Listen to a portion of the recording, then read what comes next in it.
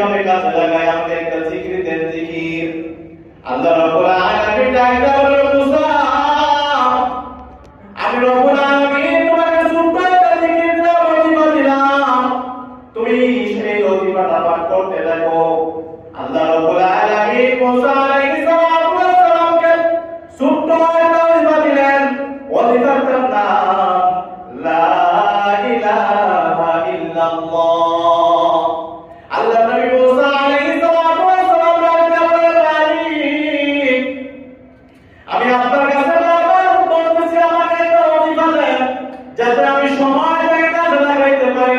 আল্লাহ রাব্বুল আলামিন ডাকতে বলে মুসা তোমার কেমন একটা ওজিফা দিলাম তুমি তা জানো নি?